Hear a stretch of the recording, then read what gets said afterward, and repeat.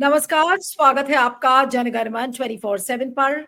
और इस चैनल को आप लाइक करें, सब्सक्राइब करें और लगातार हमारी कोशिश यही रहती है कि आप तक सच्ची, ईमानदार और निष्पक्ष पत्रकारिता पहुंचाऊं, जो कि बहुत कम प्लेटफॉर्म्स कर रहे हैं। आज आप अपने हाथ की उंगलियों पर आप गिनेंगे और आपको केवल और केवल चुनिंदा प्लेटफॉर्म्स मिलेंगे, जहां पर कुछ हिम्मत से कुछ पत्रकार अपनी बातों को रखते हैं। अब आइए आज के मुद्दे पर आते हैं। आज 22 मई है, यानी कि पहलगाम आतंकी हमले को पूरे 1 महीने हो गए। लेकिन क्या आपको उन आतंकवादियों के बारे में पता है जिन्होंने यह हमला किया? नहीं। क्या आपको ये पता है कि सीज फायर क्यों करवाया गया? नहीं। आप ये लगातार देख रहे हैं कि डोनाल्ड ट्रंप क्रेडिट लेते जा रहे हैं और पिछले 11 दिनों में 8 बार वो क्रेडिट ले चुके हैं। और ऐसा मैं नहीं कह रही हूं, उनकी खुद की साउंड बाइट्स जो बार बार टेलीविजन में आ रही हैं, मीडिया से वो बातचीत कर रहे हैं, तो उसमें वो लगातार इस बात को कह रहे हैं कि भारत और पाकिस्तान के बीच में युद्ध होता, ये तो मैं बीच में पड़ गया और मैंने उन दोनों की मिलकर एक ट्रेड डील करवा दी और मैंने एक ट्रेड डील के चलते उनके बीच युद्ध विराम करवा दिया। अब जो सिरिल रामाफोसा हैं, साउथ अफ्रीका के प्रेसिडेंट, वो मिलने के लिए गए थे डोनाल्ड ट्रंप से और उस मीटिंग के दौरान भी उन्होंने इस क्रेडिट को लेने की कोशिश की कि भारत और पाकिस्तान के बीच में युद्ध विराम उन्होंने करवाया है। आइए सुनते हैं डोनाल्ड ट्रंप ने क्या कहा। Did with Pakistan and India, we settled that whole thing, and I think I settled it through trade. We're doing a big deal with India. We're doing a big deal with Pakistan, and I said, "What are you guys doing?" You know, somebody had to be the last one to shoot, but the shooting was getting worse and worse, bigger and bigger, deeper and deeper into the countries, and we spoke to them, and I think I hate to say we got it settled, and then 2 days later, something happens, and they say it's Trump's fault. But Pakistan has got some excellent people and some really good, a great leader. And India is my friend Modi, and he's a mutual friend. Yeah, he's a great guy. And I called them both, and we just did something good. We're trying to settle Russia, Ukraine. We spoke with President Putin for 2.5 hours. The day before yesterday, I think we made a lot of progress, but that's a bloodbath. 5,000 people are being killed a week, 5,000 soldiers a week, not including people in cities and towns that are also being killed. So we're trying to help. And it doesn't affect us. It's not our people. It's not our soldiers. It's Ukraine and it's Russia. But if we can save 5,000 souls, we'll do it. We're pretty good at it. But that's a bad situation. That is a really bad situation. Well, you'd recall.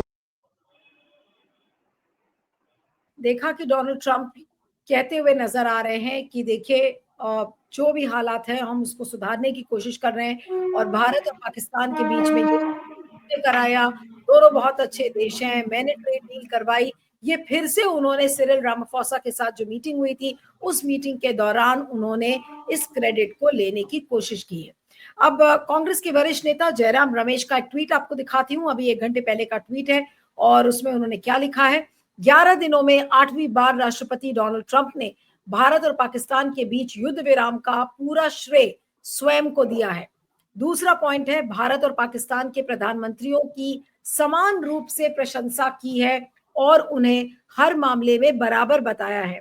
तीसरा point है, दोहराया गया है कि भारत और पाकिस्तान के बीच युद्ध विराम की घोषणा में व्यापार ही उनका प्रमुख हथियार था। और उसके बाद जयराम रमेश लिखते हैं, फिर भी हमारे प्रधानमंत्री डोनाल्ड भाई के करीबी दोस्त अमेरिकी राष्ट्रपति द्वारा बार बार किए जा रहे इन दावों पर पूरी तरह मौन हैं।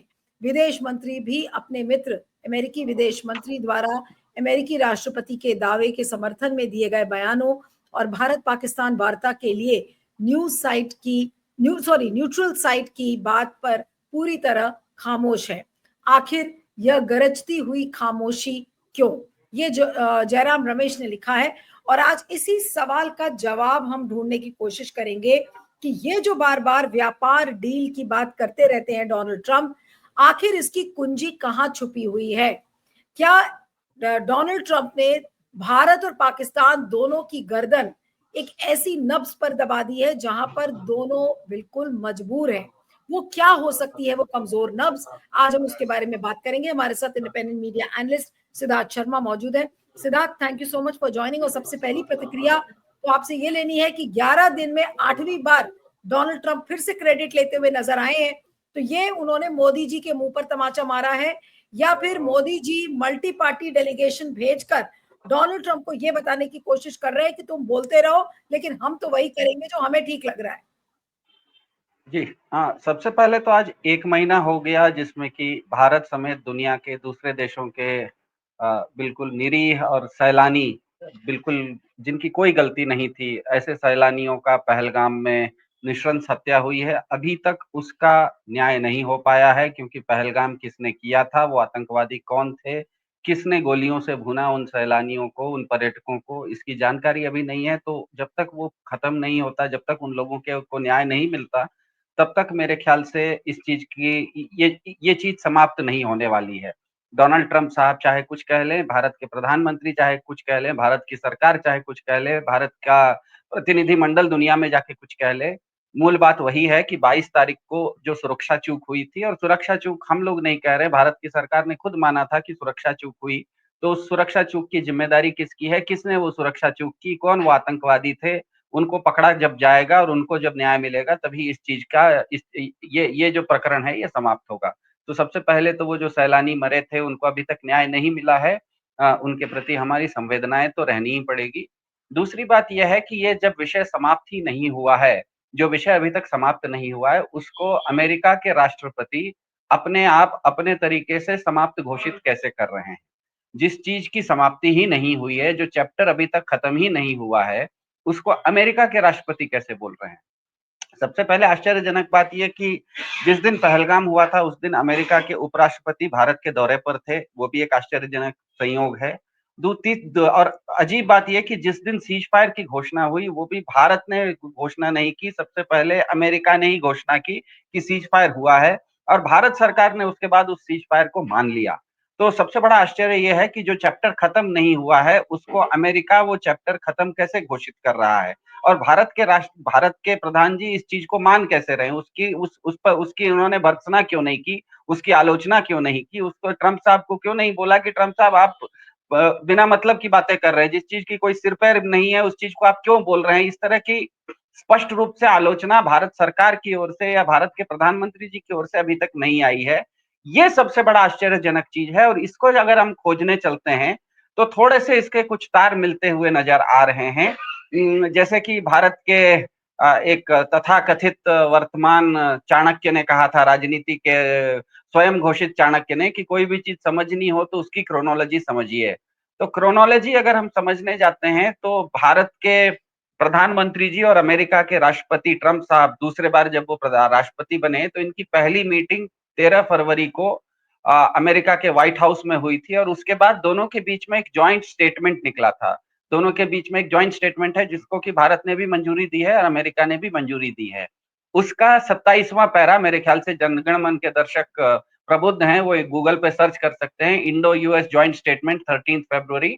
अगर आप खोजिए तो उसमें 27वें पैरा में स्पष्ट लिखा हुआ है कि the leaders recognize need to grow commerce in critical minerals and new partnership will be announced by fall of 2025। मतलब भारत और अमेरिका के राष्ट्रपति और प्रधानमंत्री ने ये माना कि क्रिटिकल मिनरल्स, जिसे कि दुर्लभ खनिज कहा जाता है, उसके ऊपर व्यापार होगा, और इस विषय में जो नई संधि है या नया जो समझौता है, इसका अनाउंसमेंट हो जाएगा फॉल ऑफ 2025। फॉल ऑफ 2025 का मतलब होता है अमेरिकी कैलेंडर के अनुसार सितंबर से लेके दिसंबर के बीच में, मतलब इस 2025, मतलब आने वाले कुछ महीनों में भारत और अमेरिका के बीच में दुर्लभ खनिज के मामले में कोई ना कोई समझौता, दोनों के बीच में सहमति हो गई है, समझौता लिखित रूप से होने वाला है अगले कुछ महीनों में।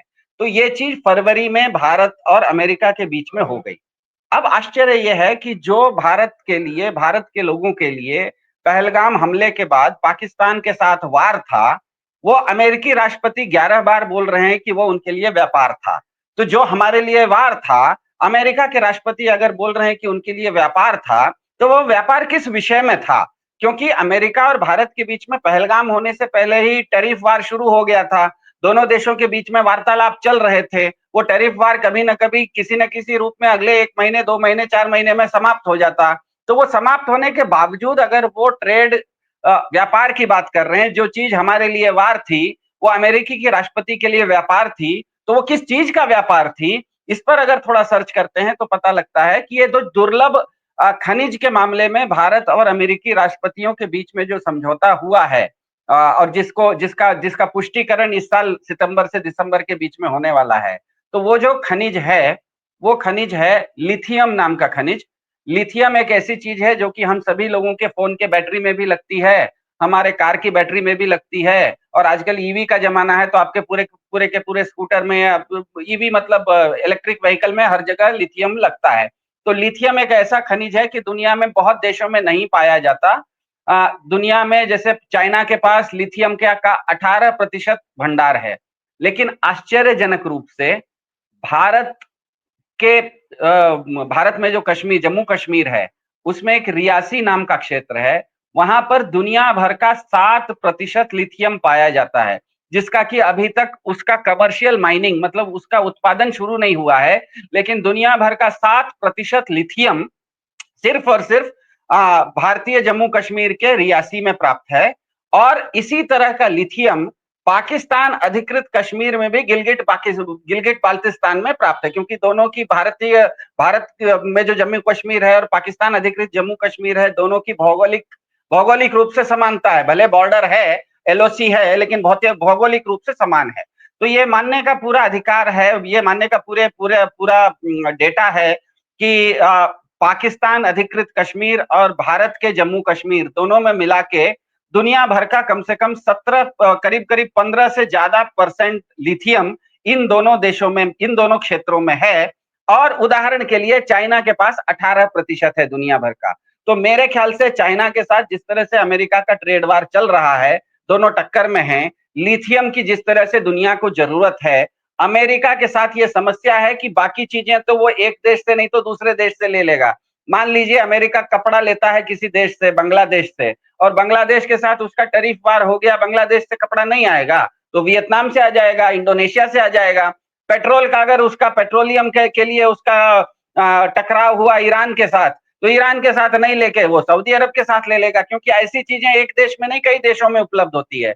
लेकिन लिथियम एक ऐसा जिसको नाम ही है दुर्लभ खनिज, दुनिया में बहुत देशों में पाया नहीं जाता है। ये पाया ही जाता है चीन में, ऑस्ट्रेलिया में, चिली में, अर्जेंटीना में और ब्राजील में।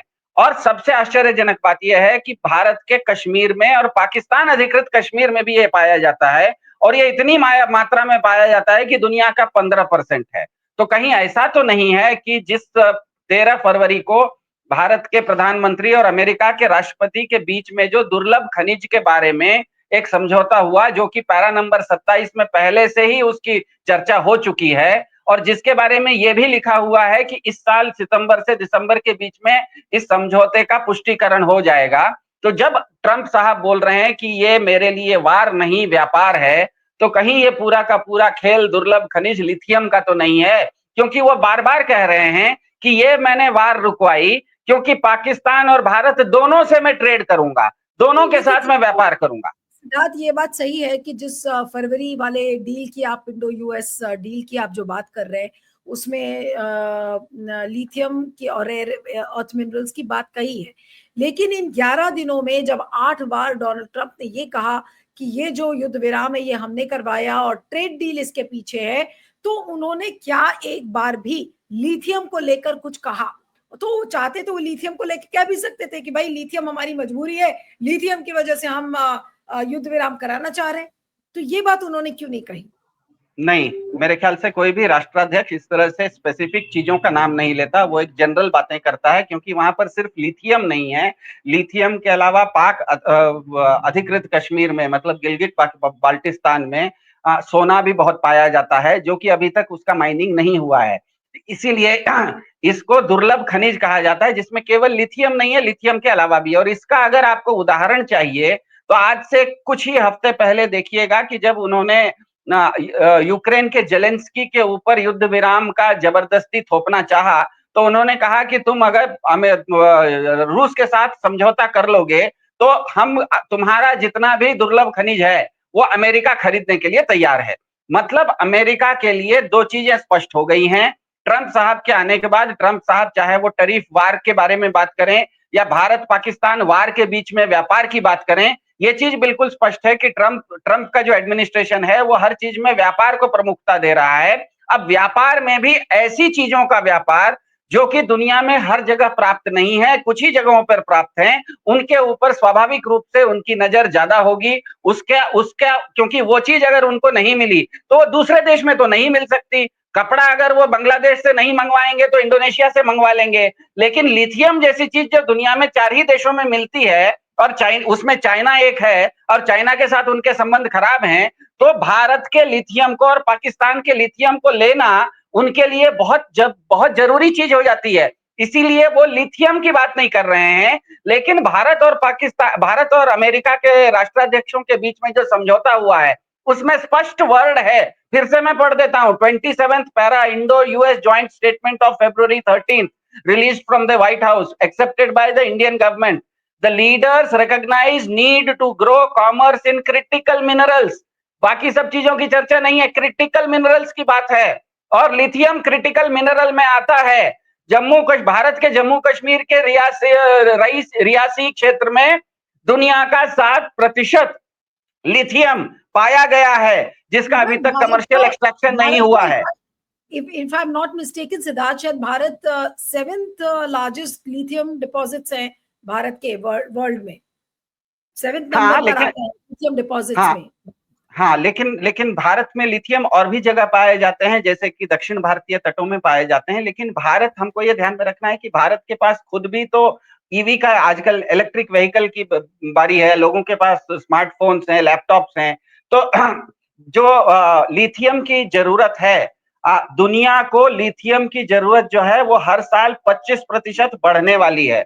2030 तक दुनिया को It's not the 7th largest, it's the 5th largest country in the world with lithium deposits. जी हाँ, और अगर केवल आप अगर जम्मू कश्मीर के रईसी का लिथियम डिपॉजिट देखिएगा तो केवल रईसी का लिथियम डिपॉजिट दुनिया का 7% है, और अगर उसके बगल में पाक अधिकृत कश्मीर के गिलगिट का भी उतना ही है, तो ये दोनों मिला के केवल और केवल उतने जगह पर केवल भारत का जम्मू कश्मीर रियासी क्षेत्र और पाक अधिकृत कश्मीर, इन दोनों जगहों पर दुनिया भर का 15% के आसपास लिथियम डिपॉजिट है, जो कि अभी तक माइन नहीं हुआ है। और मेरे ख्याल से ट्रंप साहब का उस पर बहुत जबरदस्त नजर है। इसी को ध्यान में रखते हुए अमेरिका ने भारत के साथ जो 13 फरवरी को समझौता किया, उस समझौते के अंतर्गत उसने क्रिटिकल मिनरल्स की बात कर दी है। यह भी कह दिया है कि इसके बारे में दोनों देशों के बीच में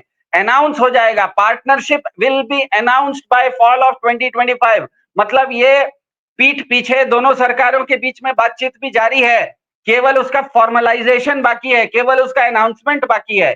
मेरे ख्याल से इसीलिए भारत के लिए पहलगाम एक ऐसी घटना थी जिसमें कि पाकिस्तान की ओर से आतंकवादी आए और हमारे देश के नागरिकों को उन्होंने मारा, सुरक्षा का विषय था।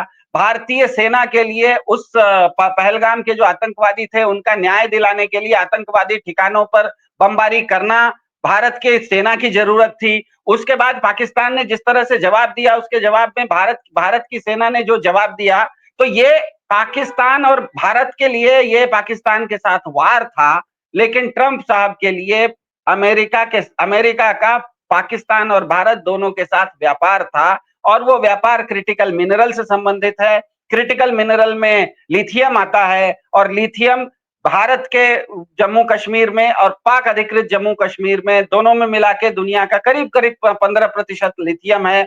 दुनिया का, उदाहरण के लिए, दुनिया का 18% मिनरल लिथियम चाइना में उपलब्ध है। चाइना के साथ अमेरिका का बन नहीं रहा है। अमेरिका को जो लिथियम चाहिए वो इंडोनेशिया में उसको नहीं मिलेगा। दूसरे किसी देशों के साथ जो टैरिफ वार कर रहा है वहां से उनको लिथियम नहीं मिलेगा। इसीलिए मेरे ख्याल से सामरिक दृष्टि से इनके लिए ये इतना जरूरी था कि मेरे ख्याल से उन्होंने इस चीज को, यही जब ट्रंप कह रहे हैं ना बार बार कि ये वार नहीं व्यापार था और मैंने व्यापार के जोर पे इस युद्ध को रुकवा लिया, ये युद्ध इसीलिए उन्होंने रुकवा लिया क्योंकि 13 फरवरी को भारत के प्रधानमंत्री के साथ उनका समझौता हो गया है कि क्रिटिकल मिनरल्स भारत से अमेरिका और भारत के बीच में क्रिटिकल मिनरल्स में पार्टनरशिप होगी। आपने किसी को वचन दे दिया है, आपने लेकिन अगर इसको चीज को थोड़ा सा आप समझा सके कि सीज फायर और लिथियम को हम कैसे लिंक करेंगे, अगर हम ये माने कि ये युद्ध विराम की जो असली कुंजी है वो लिथियम में छुपी हुई है, यानी कि जो तोते की जान है, राजा की जो जान है वो तोते में जैसे फंस जाती है, तो क्या ट्रंप की जान उस लिथियम में फंस गई है और इसी के चलते मोदी जी लिथियम रिजर्व्स की वजह से मजबूर हो गए और लिथियम की डील की वजह से क्या वो कुछ नहीं बोल पा रहे हैं और उन्होंने चुपचाप अग्री कर लिया कि ठीक है हम भारत से पाकिस्तान के साथ सीज फायर कर लेंगे, क्या हम ये माने? नहीं, ये मानने का कोई अधिकार नहीं है। लिथियम भारत के पास है, भारत वो लिथियम खुद के लिए भी उपयोग कर सकता है, वो लिथियम अमेरिका को भी दे सकता है, वो लिथियम भारत किसी दूसरे देश जापान को भी दे सकता है, क्योंकि दुनिया के सभी देशों को लिथियम की जरूरत है। तो अमेरिका को भारत का लिथियम चाहिए, ये तो मुझे समझ में आ रहा है कि अमेरिका की मजबूरी है, लेकिन भारत को वो लिथियम अमेरिका को ही बेचना है, ऐसी कोई मजबूरी नहीं है। लेकिन इसके बावजूद अगर ट्रंप साहब इतना ज्यादा डोमिनेट कर रहे हैं इस विषय में, बार बार भारत के प्रधान जी को वो एक तरह से ट्रोल कर रहे हैं। कल शाम में हमने पिछले 5-7 दिन से ट्रंप साहब चुप थे भारत पाकिस्तान ये युद्ध के बारे में। अचानक कल जैसे ही हमने देखा कि भारत के प्रधान जी पायलट के वेश में ऑपरेशन सिंदूर के पोस्टर पर देश भर में आ गए, तो तुरंत ट्रंप साहब ने आज फिर आके ट्रोल कर दिया कि भैया नहीं, ये युद्ध तुमने नहीं, मैंने रुकवाया है। तो इसका मतलब ट्रंप साहब जो ट्रोल कर रहे हैं, इसका मतलब ही है कि भारत के प्रधान जी के ऊपर कोई अमेरिका का, ट्रंप साहब का कोई विशेष लीवरेज है। वो लीवरेज क्या है ये हमें नहीं पता, लेकिन ये सच है कि अमेरिका को भारत से इस तरह के दुर्लभ खनिजों की जरूरत है, और ये युद्ध चलता तो वो खनिज उसको नहीं मिलते, उसके लिए वो खनिज जरूरी हैं। वो खनिज इस जगह पर वो खनिज ऐसे बहुत भौगोलिक स्थान पर मिल रहे थे जो कि पाकिस्तान में भी थोड़ा है और भारत में भी थोड़ा है, इसीलिए उनको इन दोनों को हाइफनेट करना पड़ा, क्योंकि उनके अनुसार जो लिथियम है वो लिथियम गिलगिट बाल्टिस्तान में भी है, उनके अनुसार वो लिथियम भारत के रियासी में भी है। तो इसीलिए वो हाइफनेट कर रहे हैं, क्योंकि उनके लिए वो एक क्षेत्र है जो कि लिथियम प्राप्त होता है। तो अमेरिका के लिए ये लिथियम के लिए इन्होंने लिथियम के व्यापार के लिए इस युद्ध में वो बीच में पड़ के व्यापार का नाम लेके उन्होंने इस युद्ध को रुकवाया, ऐसा दावा करना अमेरिका की ओर से तो मेरी समझ में आता है, लेकिन भारत की ओर से उन्होंने इस चीज को मान क्यों लिया ये मेरी समझ से अभी तक बाहर है। और ये चीज इसीलिए हो सकती है कि ट्रंप साहब का कोई भारत के प्रधान जी के ऊपर कोई खास लीवरेज होगा, ऐसा मुझे लगता है। लेकिन ये सच है कि लिथियम इसमें एक बहुत बड़ा विषय बन के उभरेगा, ऐसा मुझे लगता है।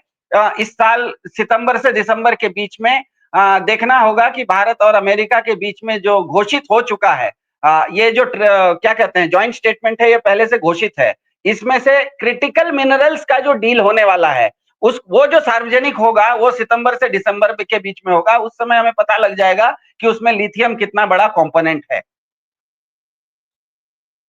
चलिए, तो देखना होगा कि ये जो पूरी डील साइन हुई थी क्या वाकई में अंजाम तक पहुंचेगी, और ऐसा लगता है कि कहीं ना कहीं इस सीज फायर का लिंक लिथियम से जुड़ा हुआ है। और क्या कुछ करते हैं मोदी जी आने वाले दिनों में, और डोनाल्ड ट्रंप इसको देखेंगे। आपका बहुत बहुत शुक्रिया Siddharth, thank you so much for joining.